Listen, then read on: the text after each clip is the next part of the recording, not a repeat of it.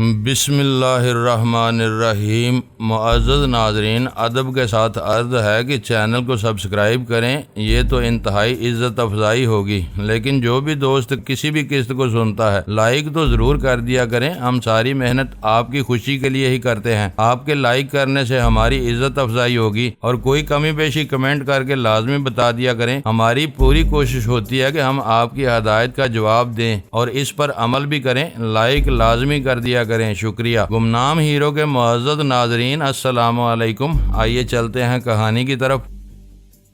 دونوں نے پھر ایک ایک فائر کیا، پھر وہ لڑکھڑائیں۔ اس بار ان کے ہاتھوں سے ریوالور چھوٹ گئے تھے، وہ چکراتی ہوئی زمین پر گر پڑی۔ تمام لوگ گمسم کھڑے تھے، کیا مرد، کیا عورتیں، کیا بوڑھے، کیا بچے۔ یوں لگ رہا تھا جیسے ان کی آنکھوں کے سامنے قیامت کا منظر گزر گیا ہو۔ کسی کے منہ سے آواز نہیں نکل رہی تھی، وہ تینوں لاشوں کو ایک ٹک دیکھ رہے تھے۔ شام ہو چلی تھی، ہوا بھی تیز چل رہی تھی، مرنے والیوں کے دوپٹے ہوا میں لہرا رہے تھے، کبھی بہت اوپر کی طرف اٹھتے، کبھی اڑنا چاہتے ہوں، پھر وہ دوپٹے اڑنے لگے۔ اس کے ساتھ ہی کتنے ہی نوجوان دوڑتے ہوئے آئے۔ کچھ لوگوں نے وہ دوپٹوں کو پکڑنا چاہا، کچھ لوگوں نے اپنے کاندھے کی چادر اتاری، پھر ان چادروں سے ان شرم والیوں کو ڈانپ دیا۔ شرم آتی ہے مگر دیر سے آتی ہے۔ میں نے جمال احمد جسکانی کے دماغ میں رہ کر یہ تمام رویداد معلوم کی۔ جس وقت اس کے دماغ میں پہنچا تو وہ ایک اہم میٹنگ میں شامل ہونے جا رہا تھا۔ جتنی دیر میں اس کے دماغ سے یہ رویداد سنی، اتنی دیر میں اس کی کار نارتھ ناظم آباد کے دور افتادہ علاقے میں پہنچ گئی تھی۔ ان دنوں کراچی شہر کا وہ علاقہ آج کی طرح آباد نہیں تھا، دور تک ویرانی ہی ویرانی تھی۔ اکا دکا کوٹھیاں نظر آتی تھیں۔ ان میں سے ایک کوٹھی کے سامنے اس نے اپنی کار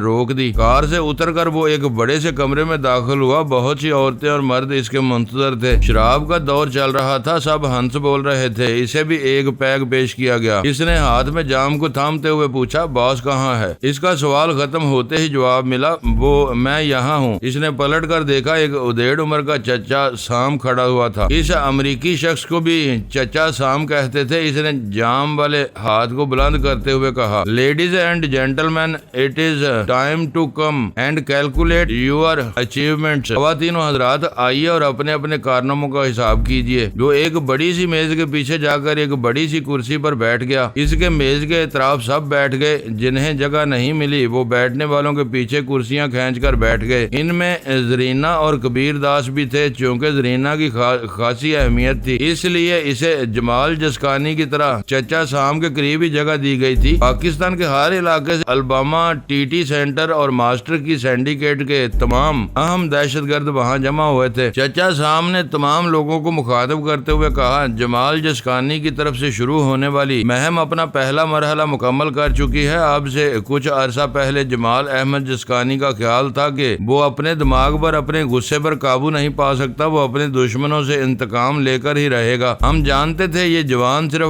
فائر لائک ہی نہیں، اس میں فلاور لائک بننے کی بھی صلاحیتیں ہیں۔ اب اس نے فلاور لائک بن کر نہایت ٹھنڈے دماغ سے اس مرحلے کو طے کیا ہے۔ اپنے ہاتھوں سے اپنے دشمنوں کو قتل نہیں کیا، بلکہ ہم نے ایک گائیڈ لائن دی، اس پر اس نے عمل کیا، جس کے نتیجے میں وہ وڈیرا اور اس کی بیٹیاں ختم ہو چکی ہیں۔ کبیر داس نے پوچھا، سر، اس سے ہماری تنظیم کو کیا فائدہ پہنچ سکتا ہے؟ مانا کہ جمال نے فائر لائک بن کر نہیں، فلاور لائک بن کر آپ کی مرضی کے مطابق اس کا کام کو انجام دیا ہے، لیکن ہمیں کیا فائدہ؟ چچا صاحب نے ہاتھ اٹھا کر اسے خاموش ہونے کا اشارہ کیا، پھر کہا، کوئی بہت بڑا فائدہ حاصل کرنے کے لیے پہلے اپنے لوگوں کو چھوٹے چھوٹے فائدے پہنچانا پڑتے ہیں، بڑے صبر و تحمل سے کام لینا ہوتا ہے۔ ہم نے جمال کے اندر جو انتقام کی آگ لگائی تھی، اسے کسی حد تک بجھا دیا، لیکن اس کے ساتھ ہی وہاں دہشت پیدا کر دی۔ اس صوبے کے بیشتر علاقوں میں جمال احمد جسکانی اور ڈاکو رانگا ماما کے نام کی دہشت بیٹھ گئی ہے۔ لوگ رانگا ماما کو ڈاکو سمجھ کر اس سے ڈرتے ہیں اور جمال احمد جسکانی کو ایک ایسا ذہین، چلاک اور سازشی سمجھتے ہیں جو قانون کو بھی بے بس کر دیتا ہے اور کوئی اس کی طرف انگلی نہ اٹھا سکتا۔ قانون کی ہتھکڑیاں اس کی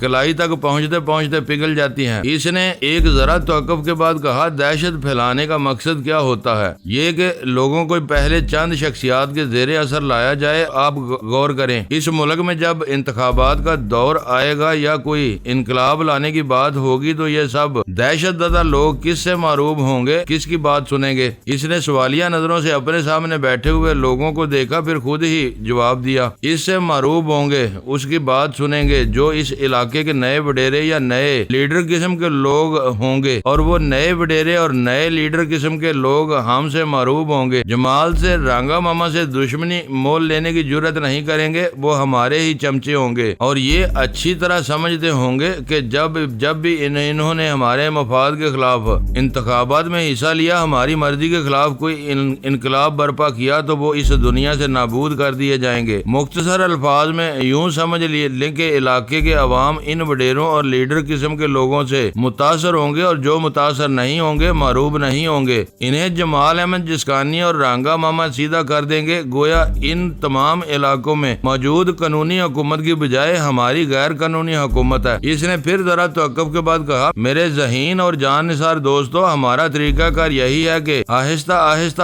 ہر علاقے میں دہشت پیدا کر دی، بڑی محبت سے طلباء تنظیموں میں شامل ہو جاؤ، کسانوں اور مزدوروں کا دل جیتنے کے لیے ان کے حق میں پرجوش تقریریں کرتے رہو، انہیں ایک سیلاب کی طرح اپنے پیچھے بہاتے ہوئے لے چلو، پھر دیکھو آنے والی ہر نئی حکومت کس طرح ہمارے آگے گھٹنے ٹیکنے پر مجبور ہوگی۔ سب لوگ اس کی باتیں توجہ سے سن رہے تھے۔ پھر اس نے کہا، میں ان ابتدائی کلمات کے ساتھ اپنی بات ختم کرتا ہوں اور کبیر داس سے درخواست کرتا ہوں کہ وہ اپنی رپورٹ پیش کرے۔ اس نے جو رپورٹ پیش کی وہ میرے متعلق تھی۔ سب لوگ توجہ سے سننے لگے کیونکہ ان کے مخالف گروہ کا ایک آدمی یعنی بابر جلال ان کے ہاتھ لگ گیا تھا، اور اب وہ بابر جلال کو اپنے مقاصد کے لیے کس طرح استعمال کرنے والے تھے اس پر بحث ہونے لگی تھی۔ میں دماغی طور پر اپنی جگہ حاضر ہو گیا، بڑی دیر سے آمنہ کی خبر نہیں لی تھی، اس کی خیریت معلوم کرنا چاہتا تھا، لیکن احساس ہوا کہ اپنی جگہ سے دیر تک غیر حاضر رہا ہوں۔ اتنی دیر میں ببلو سو گیا تھا۔ حور بانو پلنگ کی پائنتی بیٹھی مجھے یوں دیکھ رہی تھی جیسے میں اس کی طرف آؤں گا اور اسے کھا جاؤں گا۔ وہ بڑی دیر تک اسی انتظار میں رہی، پھر حیرانی سے میرا منہ تکنے لگی کیونکہ میں ایک طرف خلا میں تک رہا تھا اور خیال خوانی میں مصروف تھا۔ دماغی طور پر واپس آتے ہی احساس ہوا کہ حور بانو میرا منہ تک رہی ہے اور حیران ہو رہی ہے۔ میں اسے دیکھ کر مسکرانے لگا۔ وہ جو کہتے ہیں کسی کی جان گئی آپ کی ادا ٹھہری، یہ بات حور بانو پر صادق آئی۔ میرے لبوں پر مسکراہٹ آتے ہی اس کی جان جانے لگی۔ میں نے کہا، مجھے افسوس ہے، میں خیالوں میں ڈوبا رہا۔ جب سے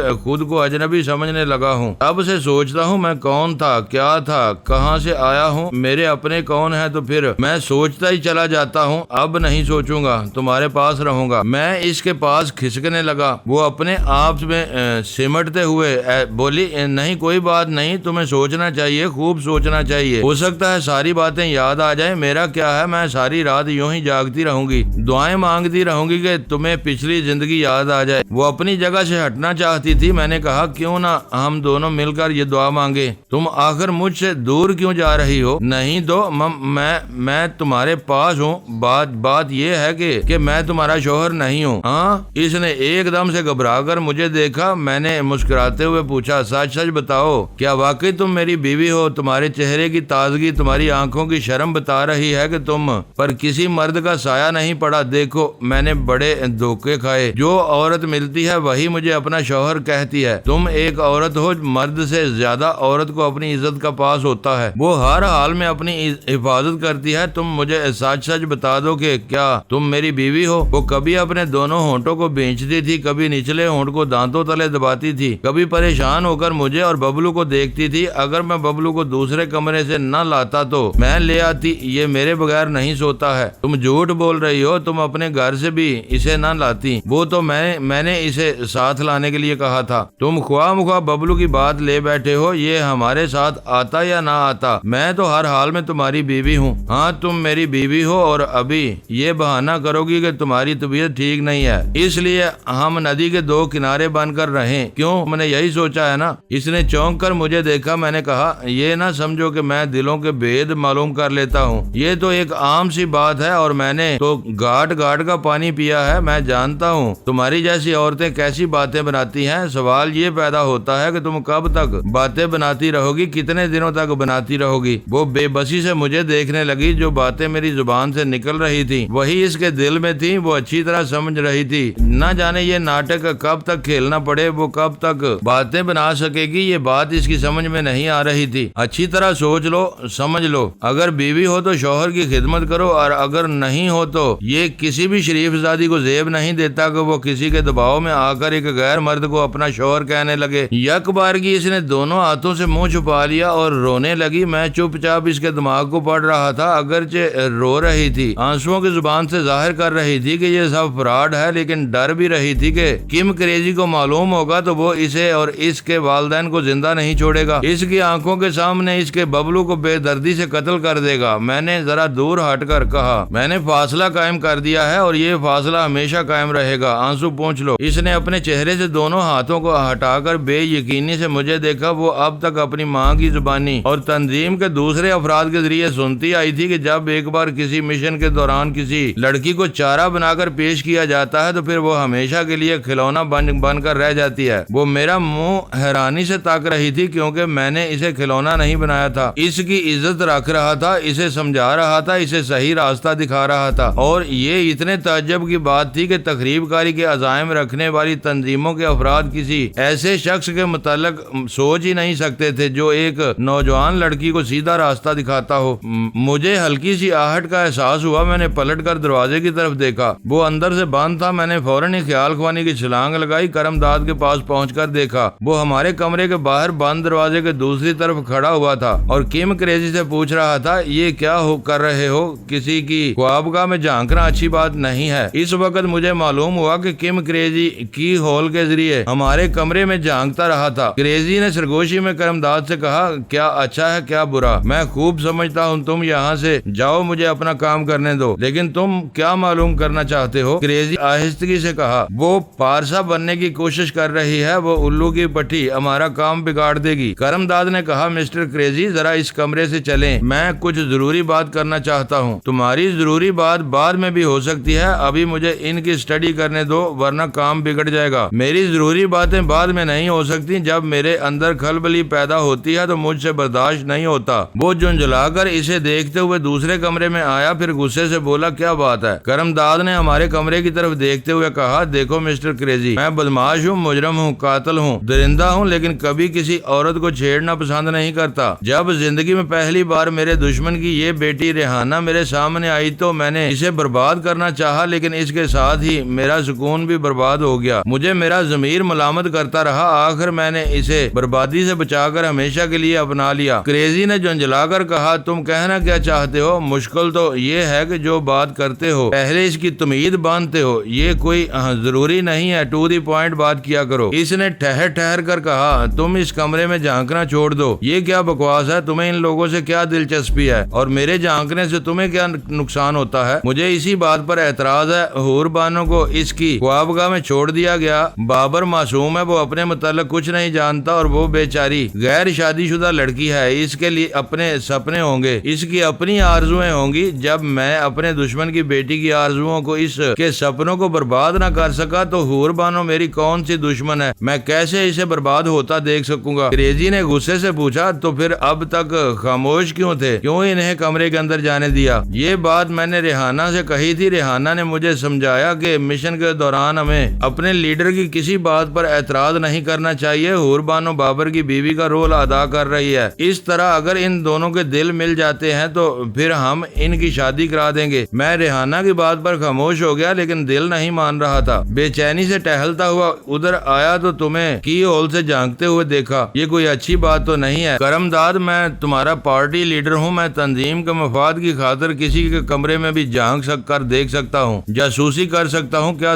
تم ہمارے کمرے میں بھی جھانکتے رہے ہو؟ کیوں نہیں، مجھے تمام حالات کا علم رکھنا پڑتا ہے کہ تنہائی میں کون کیا کر رہا ہے۔ کرم داد نے غصے سے مٹھیاں بھینچ لی، پھر دانت پیس کر پوچھا، کیا تم سچ کہہ رہے ہو کہ تم میرے کمرے میں بھی جھانکتے رہے ہو؟ ہاں جھانکتا رہا ہوں، تم اتنا غصہ کیوں دکھا رہے ہو؟ اس کی بات پوری ہوتے ہی کرم داد کا ایک زبردست گونسا اس کے منہ پر پڑا۔ کم کریزی لڑکھڑاتا ہوا ذرا پیچھے گیا، لیکن سنبھل کر کھڑا ہو گیا۔ کریزی صرف فلاور لائق نہیں بلکہ فائر لائق بھی تھا۔ فائٹر کی حیثیت سے کرم داد وغیرہ کا استاد تسلیم کیا جاتا تھا، صرف یہی نہیں وہ یوگا کا ماہر بھی تھا۔ اس نے فوراً ہی سانس روک لی، پھر ہاتھ کے اشارے سے کرم داد کو دعوت دی کہ وہ آگے بڑھے اور اس پر حملے کرے۔ کرمداد سوچ میں پڑ گیا۔ ٹریننگ کے دوران وہ کم کریزی سے مقابلہ کر چکا تھا۔ ماسٹر کی کے خاص ماتحتوں میں کم کریزی کے علاوہ اور بھی کچھ لوگ تھے جو اسی طرح یوگا کے ماہر تھے اور نئے رنگروٹوں کو لڑنا سکھاتے تھے اور انہیں چیلنج کرتے تھے وہ انہیں مار کر گرا دیں یا چوٹ پہنچا دیں۔ کم کریزی نے بڑی صفاقی سے کہا، تم نے ایک گونسا مارا، اس کے بعد میں تمہیں گونسا اٹھانے کے قابل نہیں چھوڑوں گا، چلو مجھ پر حملہ کرو۔ کرمداد نے ایک گہری سانس لی، پھر پنجوں کے بل اچھلتے ہوئے اپنے اندر حرارت پیدا کرنے لگا۔ ایسا کرنے کے دوران اس کے یکبارگی آگے بڑھ کر ایک زبردست گونسا کریزی کے منہ پر رسید کیا۔ کریزی کا منہ ایک ذرا سا گھوما پھر سیدھا ہو گیا، ایسا لگتا تھا جیسے گونسے کا کوئی اثر نہ ہوا ہو۔ چہرے سے اور آنکھوں سے ذرا تکلیف ظاہر نہیں ہو رہی تھی، اور ہو بھی کیسے سکتی تھی؟ یوگا کے فن میں مہارت حاصل کرنے والے جب اپنی سانس روکتے ہیں تو اپنے اوپر سے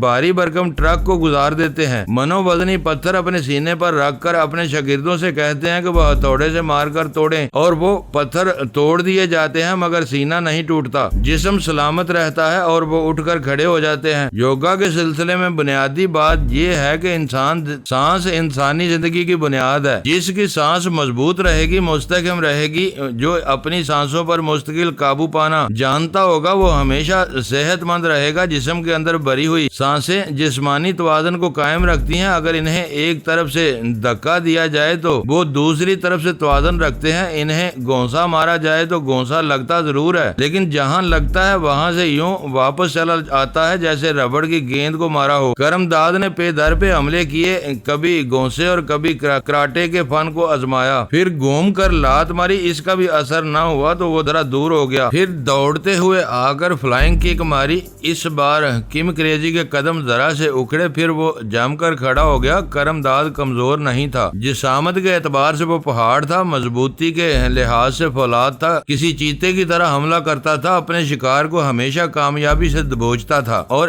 اس وقت تک نہیں چھوڑتا تھا جب تک اس کی جان نہ نکل جاتی۔ وہ ہار ماننے والا نہیں تھا، اس نے اچانک ہی گھوم کر دیوار کے ساتھ لگے ہوئے ایک لیمپ سٹینڈ کو اٹھا لیا۔ وہ سٹینڈ لوہے کے راڈ کا تھا۔ اچانک کم کریزی نے اس پر چھلانگ لگائی، پھر دونوں ایک دوسرے سے الجھ پڑے۔ کریزی یہ کبھی نہ چاہتا کہ اس پر لوہے کے راڈ سے حملہ کیا جائے۔ انسان کا جسم ہزار یوگا کے فن سے مضبوط ہو جائے، وہ اپنے جسم پر سے ٹرک گزار لے، منو وزنی پتھر سینے پر رکھ کر توڑوا لے، لیکن جسم پھر بھی گوشت پوست کا ہوتا ہے۔ کسی ہتھیار سے حملہ کیا جائے تو یقیناً وہ زخمی ہوتا ہے۔ لوہے کا راڈ بھی ہتھیار تھا اور کریزی یہ ہتھیار استعمال کرنے کا موقع نہیں دینا چاہتا تھا۔ میں نے دروازے کی طرف دیکھتے ہوئے حور بانو کو کہا کہ کسی کمرے میں چیزوں کے گرنے کی آوازیں آ رہی ہیں، معلوم ہوتا ہے وہ آپس میں لڑ جھگڑ رہے ہیں، تم یہاں بیٹھو، میں ابھی آتا ہوں۔ ادھر دونوں میں زور آزمائی ہو رہی تھی، دونوں نے ہی راڈ کو پکڑ لیا تھا اور ایک دوسرے سے چھیننے کی کوشش کر رہے تھے، چونکہ دونوں کے ہاتھ راڈ کو تھامے ہوئے تھے، اس لیے وہ اپنے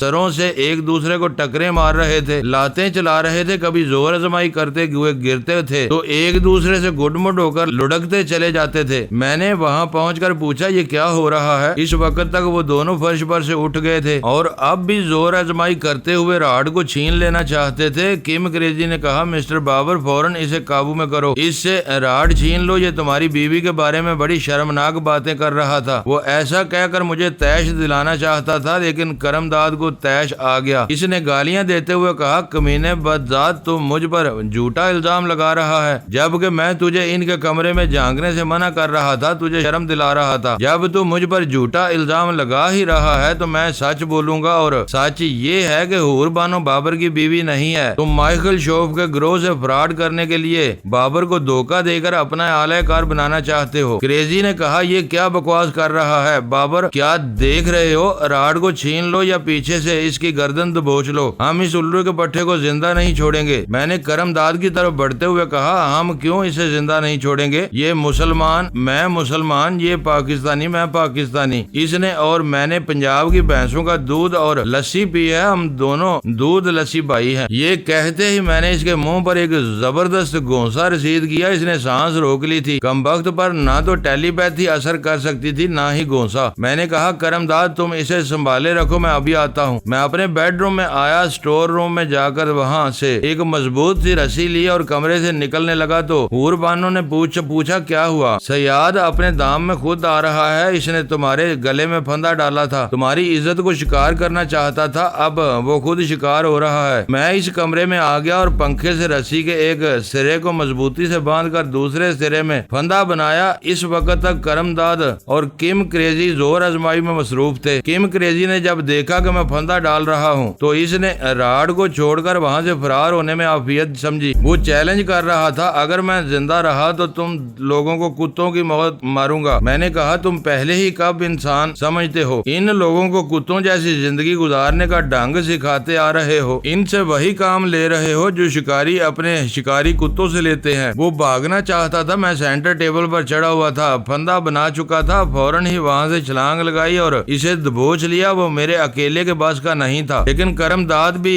اسے آ کر پکڑ لیا تھا۔ پھر ہم اسے کھینچتے ہوئے لائے۔ کرم داد نے اس کی گردن دبوچ رکھی تھی اور میں اس کے دونوں ہاتھوں کو اپنے قابو میں رکھنے کی کوشش کر رہا تھا۔ دل ہی دل میں اعتراف کر رہا تھا کہ واقعی یوگا کا فن انسان کو تقریباً ناقابل شکست بنا دیتا ہے، کم از کم 2-4 پر برتری حاصل کرنے کی صلاحیتیں پیدا کر دیتا ہے۔ ہم دونوں اسے کسی طرح کھینچتے ہوئے گھسیٹتے ہوئے سینٹر ٹیبل کے پاس لائے، پھر اسے کھڑا کر دیا۔ وہ تڑپ رہا تھا، ہماری گرفت سے نکلنے کی کوشش کر رہا تھا، مگر کرم داد بھی کچھ کم نہ تھا۔ اس نے پیچھے سے اس طرح اس کی گردن دبوچی ہوئی تھی کہ کریزی کے لیے اس کی گرفت سے آزاد ہونا ممکن نہ رہا تھا۔ یہ اور بات ہے کہ اس کی سانس نہ گھٹتی، وہ یوگا کے ذریعے مرنے سے محفوظ رہتا۔ آخر میں نے اس کی گردن میں پھندا ڈال کر ہلکا تنگ کر دیا۔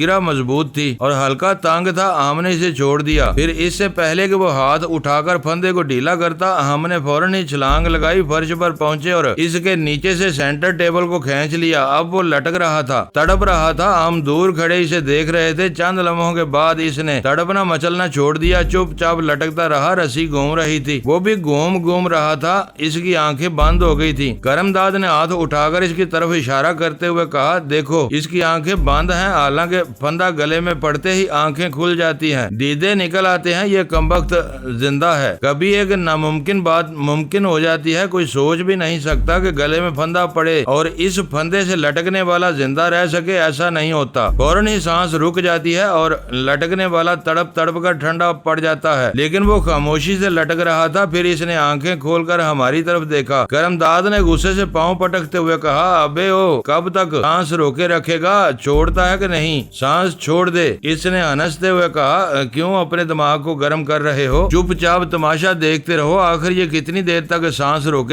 سکے گا؟ اب تمہیں اس کے متعلق نہیں، اپنے متعلق سوچنا چاہیے۔ کیا یہ کبھی ہمارے ہو سکتے ہیں؟ جو ہمارے نہیں ہو سکتے وہ ہمارے ملک کے کیسے ہو سکتے ہیں؟ یہ لوگ سازشیں کر رہے ہیں۔ کیا تمہیں احساس نہیں ہے کہ ہم اپنے ہی ہاتھوں سے اپنے وطن کی زمین ویران کرنے آئے ہیں؟ کریزی لٹک رہا تھا اور گور کر مجھے دیکھ رہا تھا۔ میں نے کہا، اب تمہارا آخری وقت آ چکا ہے، اس لیے میں بتا دوں کہ میری یادداشت گم نہیں ہوئی ہے۔ جب زرینہ نے مجھے تہہ خانے میں پھینکوایا تھا تو اس وقت میری جان نہیں نکلی تھی، مجھ میں اتنی سکت تھی کہ میں موت سے لڑ سکتا۔ کرم داد نے حیرانی سے پوچھا، تم تہہ خانے سے کس طرح نکلے تھے؟ زرینہ کے اس غلام نے نکالا تھا جو اس کے عشق میں اس کی غلامی قبول کر چکا تھا، اس آس میں کہ شاید کبھی زرینہ اس پر مہربان ہو جائے۔ میری تقدیر اچھی تھی کہ وہ ان دنوں زرینہ سے مایوس ہو چکا تھا، اس سے نفرت کرنے لگا تھا۔ محبت اور نفرت کا کھیل عجیب ہوتا ہے، محبت ہوتی ہے تو شدید ہوتی ہے، نفرت ہوتی ہے تو وہ بھی شدید ہو جاتی ہے۔ اس نے انتقاماً مجھے اس تہہ خانے سے رہائی دلائی تھی۔ حور بانو وہاں پہنچ گئی تھی، میری باتیں سن رہی تھی۔ وہ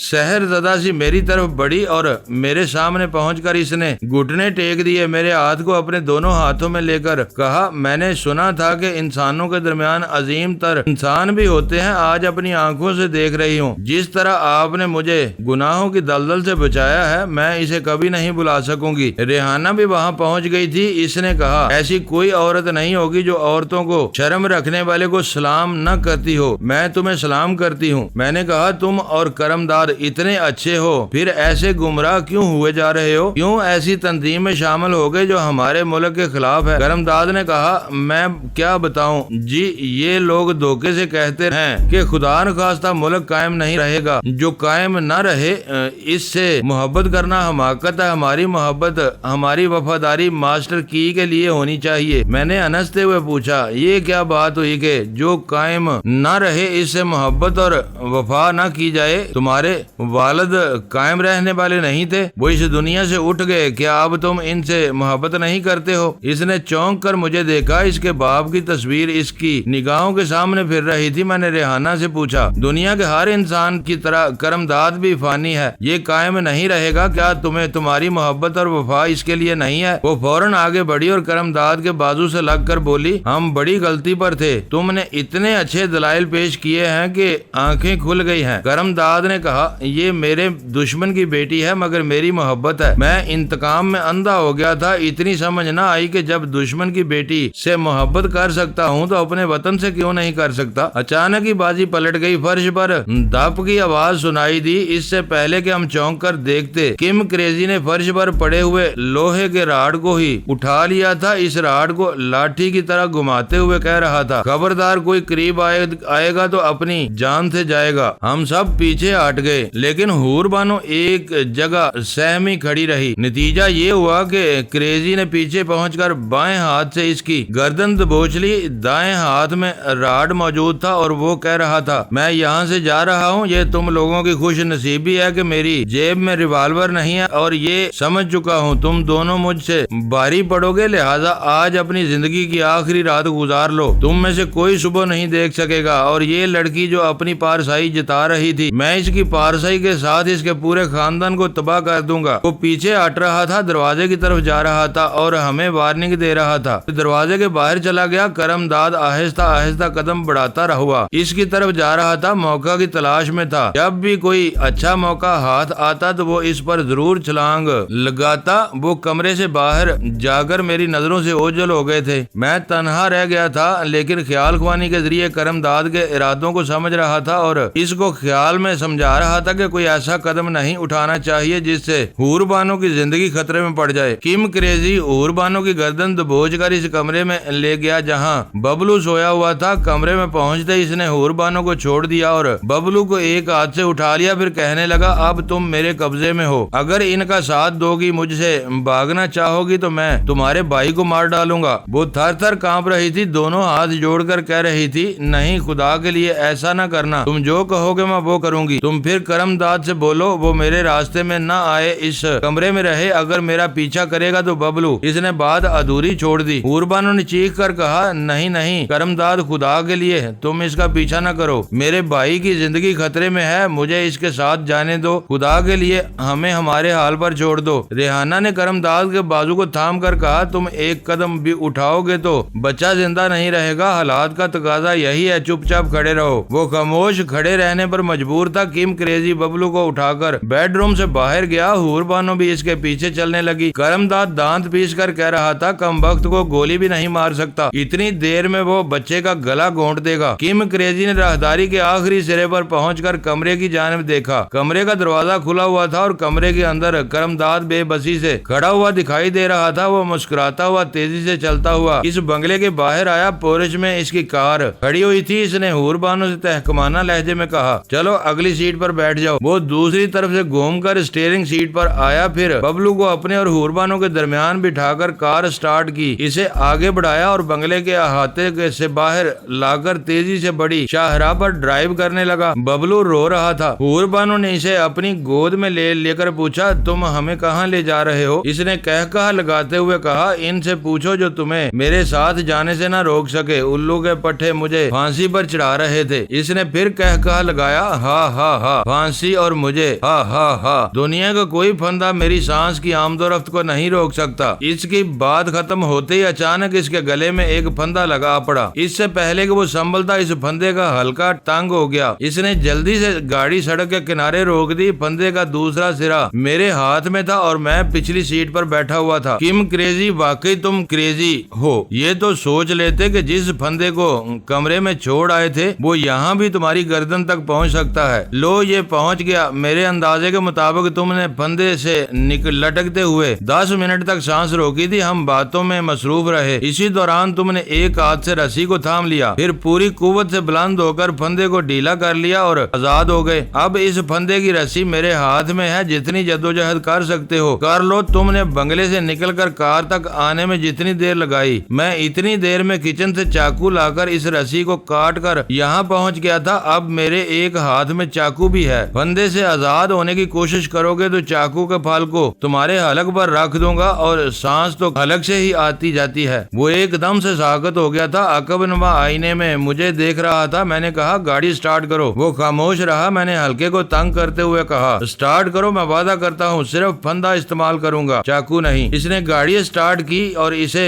آگے بڑھا دیا، آہستہ آہستہ ڈرائیو کرنے لگا۔ میں نے اسے معقول رفتار سے ڈرائیو کرنے کا حکم دیا تو اس نے رفتار بڑھا دی۔ حور بانو اپنی بڑی بڑی غزالی آنکھوں سے مجھے دیکھ رہی تھی، معلوم کرنا چاہتی تھی میرا ارادہ کیا ہے۔ میں نے کہا سنو کریزی، اب زندگی اور موت کا کھیل شروع ہو رہا ہے۔ تم جتنی دیر تک سانس روکے رہو گے زندہ رہو گے، اگر زندہ رہ سکو گے تو ہم پر غالب آ جاؤ گے، اپنے ارادے کے مطابق حور بانو کو اپنے ساتھ لے جا سکو گے۔ کم کریزی، اب دیکھنا یہ ہے کہ تم حور بانو کو اغوا کرتے ہو یا میں تمہاری زندگی کو اغوا کر لیتا ہوں۔ صورتحال کچھ یوں تھی کہ کم کریزی کار ڈرائیو کر رہا تھا، اس کے گلے میں پڑے ہوئے پھندے کا ایک سرا میرے ہاتھ میں تھا، گویا کہ وہ صرف ایسی کار نہیں تھی جو پیٹرول سے چلتی تھی، وہ لگام سے بھی چلتی تھی۔ ایسا تو کبھی نہیں ہوا کہ لگام ہاتھ میں ہو اور کار دوڑتی جا رہی ہو، لیکن ایسا ہو رہا تھا۔ میں نے پھندے کے ہلکے کو اس حد تک تنگ کیا ہوا تھا کہ کریزی کی جگہ کوئی دوسرا ہوتا تو اس کا دم نکل جاتا، مگر وہ دم روکے ہوئے تھا، یوگا کے فن کا مظاہرہ کر رہا تھا اور سانس روکے کار ڈرائیو کرتا جا رہا تھا۔ یقیناً وہ اپنے بچاؤ کی تدبیریں سوچتا جا رہا ہوگا، افسوس میں اس کے خیالات نہیں پڑھ سکتا تھا۔ حور بانو نے ببلو کو اپنے سینے سے لگا کر گود میں سمیٹا ہوا تھا، وہ بار بار سر گھما کر پچھلی سیٹ پر مجھے عقیدت سے دیکھتی تھی، پھر نظریں جھکا لیتی تھی۔ میں نے سوچا دشمن کے خیالات تو نہیں پڑھ سکتا، دوست کے ہی پڑھ لو۔ حسن بنگال کی سیاہ لمبی ریشمی زلفوں کے سائے میں وہ سوچ رہی تھی یہ میرے ساتھ کیا ہو رہا ہے۔ آج تک میں سوچ بھی نہیں سکتی تھی کہ میری زندگی میں ایسا انقلاب آئے گا۔ اچانک اطلاع ملی اپنی تنظیم کے لیے مجھے کسی کی بیوی اور ایک بچے کی ماں کا رول ادا کرنا ہے۔ مجھے بڑا عجیب سا لگا، لیکن میرے والدین نے مجھے اچھی خاصی ٹریننگ دے رکھی تھی، میں ہر طرح کا رول ادا کرنے میں خاصی مہارت رکھتی ہوں۔ لیکن سمندر کے کنارے جب میں نے اسے دیکھا تو ٹھٹک گئی، مجھے یوں لگا جیسے میں سچ مچ ایکٹنگ کر رہی ہوں، لیکن اس ٹھٹکنے کی وجہ کچھ اور تھی جو میرے لاشعور میں تھی، جسے میں سمجھ نہ سکی۔ اب اس شخص کی محبت، مہربانیاں اور انسانی ہمدردیاں مجھے سمجھا رہی ہیں کہ میری زندگی میں میرا کوئی آئیڈیل ہو سکتا ہے تو وہ یہی ہوگا یا ایسا ہی ہوگا۔ وہ سوچتے سوچتے چونک گئی جیسے اس کی چوری پکڑی جا رہی ہو۔ اس نے سر گھما کر میری طرف دیکھا، میں انجان بنا ہوا تھا۔ وہ سوچنے لگی یہ مجھے کیا ہو گیا ہے، یہاں جان پر بنی ہے، پتہ نہیں یہ اس پھندے سے مر سکے گا یا نہیں۔ ایک بار کی تو اسے پھانسی دے چکے ہیں، کم وقت پھر بھی زندہ رہا، پتہ نہیں یہ بابر اسے کیوں ڈیل دے رہا ہے۔ چاقو ہاتھ میں ہے، اسے ختم ہی کر دیتا تو یہ بلا ہمیشہ کے لیے ٹل جاتی۔ میں نے کہا کریزی تقریباً 15 منٹ گزرنے والے ہیں، تمہاری یہ صلاحیت واقعی قابل تعریف ہے، تم نے ابھی تک سانس روکی ہوئی ہے، بھلا اور کتنی دیر تک روک سکتے ہو؟ وہ خاموشی سے کار ڈرائیو کر رہا تھا۔ میں نے حور بانو سے پوچھا اس کھیل کو کب تک جاری رہنا چاہیے؟ وہ سہمے ہوئے انداز میں بولی تم سارے ہی مرد ایک جیسے ہو، جان جانے کا خطرہ ہو تب بھی خواہ مخواہ مردانگی دکھاتے ہو، یہ نہیں سوچتے کہ دشمن کو موقع ملے گا تو وہ کبھی مردانگی دکھانے کا موقع نہیں دے گا اور ہمیں مار ڈالے گا۔ تم درست کہتی ہو، لیکن کسی بھی مقابل کو اس کی صلاحیتوں کا بھرپور مظاہرہ کرنے کا موقع نہ دینا نا انصافی ہے۔ میں اسے موقع دے رہا ہوں، بولو کریزی اور کتنی مہلت چاہیے؟ میری بات ختم ہوتے ہی گاڑی کے اندر جیسے زلزلہ آ گیا، وہ دائیں بائیں ذرا ڈگمگائی، اس کے ساتھ ہی حور بانو کی چیخ سنائی دی۔ گاڑی سڑک سے اتر گئی تھی، ڈھلان میں دوڑتی جا رہی تھی، پھر وہ ایک بہت بڑے درخت سے ٹکرا گئی۔ ایک زبردست دھماکہ سا ہوا، جسمانی تو نہیں مگر ذہنی دھماکہ ضرور ہوا۔ میں دونوں سیٹوں کے درمیان دبک گیا تھا، اس لیے محفوظ رہا۔ کم کریزی بھی سامنے ڈیش بورڈ سے ٹکرا نہیں سکتا تھا، اس کے گلے میں پڑے ہوئے پھندے کا سرا میرے ہاتھوں میں تھا اور میں نے اب تک اسے بڑی مضبوطی سے جکڑ رکھا تھا، جس کا نتیجہ یہ ہوا کہ وہ اپنی سیٹ سے لگا رہا۔ ایک بار مجھے احساس ہوا کہ اس نے پھندے سے خود کو نجات دلانے کی جدوجہد کی، اس کے بعد وہ ساکت ہو گیا۔ اپنے آواز درست کرنے میں چند سیکنڈ گزر گئے، پھر مجھے کسی کے رونے کی آواز سنائی دی۔ میں نے غور کیا تو وہ ببلو کی آواز تھی۔ میں نے ہڑبڑا کر دونوں سیٹوں کے درمیان سے اٹھتے ہوئے اگلی سیٹ کی طرف دیکھا، وہ خالی تھی، نہ حور بانو تھی نہ ببلو، مگر ببلو کی آواز آ رہی تھی۔ میں نے رسی کو چھوڑ دیا، اس کے ساتھ ہی کم کریزی ایک طرف لڑکتا ہوا کار کے کھلے ہوئے دروازے سے نیچے کی طرف گر پڑا۔ اس کا آدھا دڑ کار کے اندر تھا، آدھا باہر۔ میں اسی حالت میں اسے چھوڑ کر کار سے نکل کر دوڑتا ہوا سڑک کی طرف گیا۔ وہاں حور بانو ایک طرف پڑی ہوئی تھی اور ببلو دوسری طرف پڑا رو رہا تھا۔ قریب پہنچ کر دیکھا تو وہ تکلیف سے کرا رہی تھی، میں نے ببلو کو گود میں اٹھایا، اسے تھپک کر تسلیاں دی، پھر حور بانو سے پوچھا تم خیریت سے تو ہو نا، کیا زیادہ چوٹیں آئی ہیں؟ اسے موت کا خوف تھا، دشمن جو حواس پر چھایا ہوا تھا۔ اس نے پوچھا کیا وہ زندہ ہے؟ تب میں نے گھوم کر کار کی طرف دیکھا، وہاں سے ببلو کو لے کر دوڑتا ہوا کریزی کے پاس پہنچا۔ وہ اسی طرح آدھا کار کے اندر اور آدھا باہر اوندے منہ پڑا ہوا تھا۔ ایک بار خیال آیا کہ اس کے دماغ میں پہنچ کر دیکھوں، پھر میں نے سوچا یہ دانش مندی نہ ہوگی۔ میں نے قریب پہنچ کر اس کی کلائی کو تھام لیا، سینے پر ہاتھ رکھ کر دیکھا۔ میں نے سنا بھی تھا، پڑھا بھی تھا اور جرائم کی دستاویزی فلموں میں دیکھا بھی تھا، سانس روکنے والے یوگا کے فن میں مہارت حاصل کرنے والے اس طرح سانس روکتے ہیں اور خود کو مردہ بنا لیتے ہیں کہ ان کی نبض کا اور دل کی دھڑکن کا پتہ نہیں چلتا۔ اس وقت مجھے بھی پتہ نہیں چل رہا تھا، جسم نہ تو بالکل ہی سرد تھا نہ گرم، یوں بھی مرنے کے فوراً بعد جسم سرد نہیں پڑتا، ہلکی سی حرارت ضرور رہتی ہے۔